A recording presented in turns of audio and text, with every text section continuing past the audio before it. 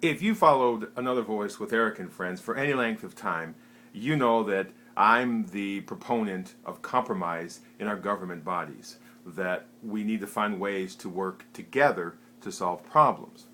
Our friends over at Occupy the Microphone, which is at WOLI 105.7 FM and 910 AM, call me the voice of reason. I have reasonable discussions. So it might surprise you that I'm going to say that this compromise is a bad thing. What am I talking about? Well, we've talked about Duke Energy's request for a rate increase of 15% across the board. And the Public Service Commission has been listening to hearings and looking at letters of protests. Well, this week they received a recommendation from the Office of Regulatory Staff. Now, they're connected. Their job is to look out for the general good of our state when it comes to utilities and such, taking into consideration the consumer, the business, and our overall economy. Well, they've given a recommendation to the Public Service Commission about Duke Energy's rate increase, and it's a compromise. They say that Duke's request is too high.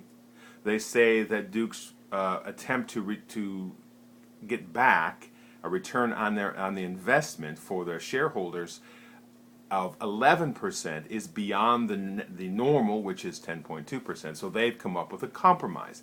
They're saying that the Public Service Commission should give Duke a 5.5% increase this year, 2% next year and beyond. And that will bring the return on investment down to 10.2%, which is the norm. Now, if you take it as just this 1 year, if you take it simply as they're asking for this, the other side's asking for nothing, it's a good compromise. And I usually support a good compromise. But there's a problem. There's a couple problems with this. This compromise is based on a false premise, a couple of them. First, Duke has, each time they've asked for a rate increase over the last 4 years, they've asked for a double-digit amount, knowing full well that there's no way the Public Service Commission is going to give them that full amount. And knowing that the Public Service Commission is trying to work out a deal, they always get less than that. Last one in 2012 was 5 point something, almost 6%. Similar to what's being proposed today.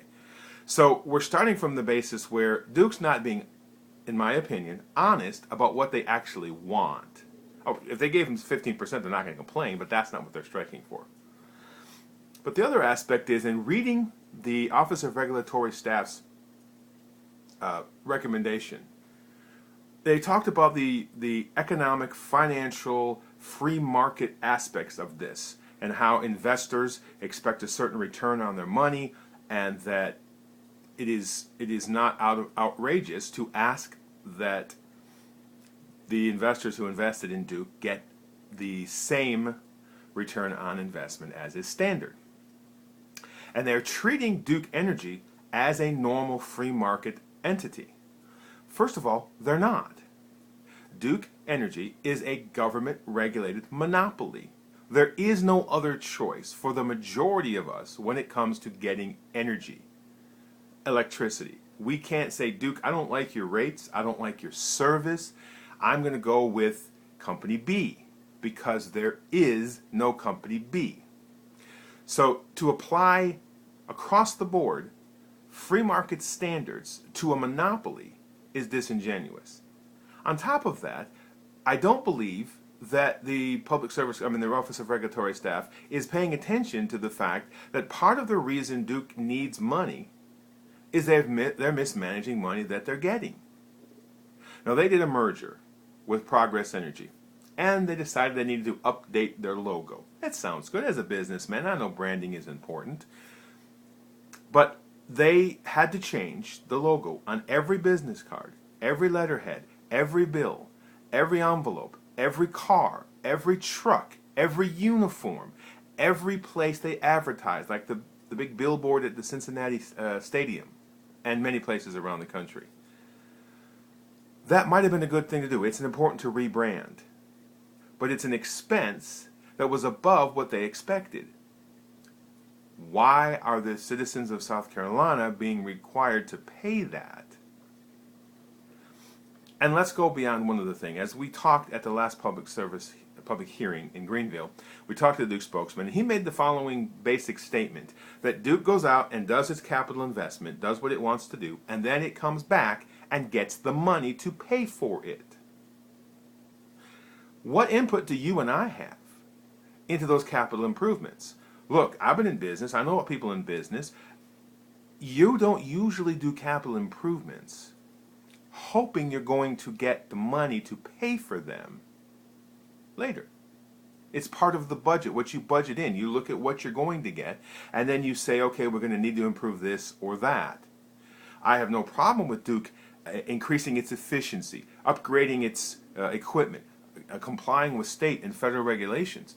But there is an aspect of this that Duke's not wanting to pay out of its own pocket for capital improvement, and they're doing it with no regard of what's going to happen. They're doing it because they know that when they request the increase, the Public Service Commission is going to say, oh wait, that's too much, but we'll give you this.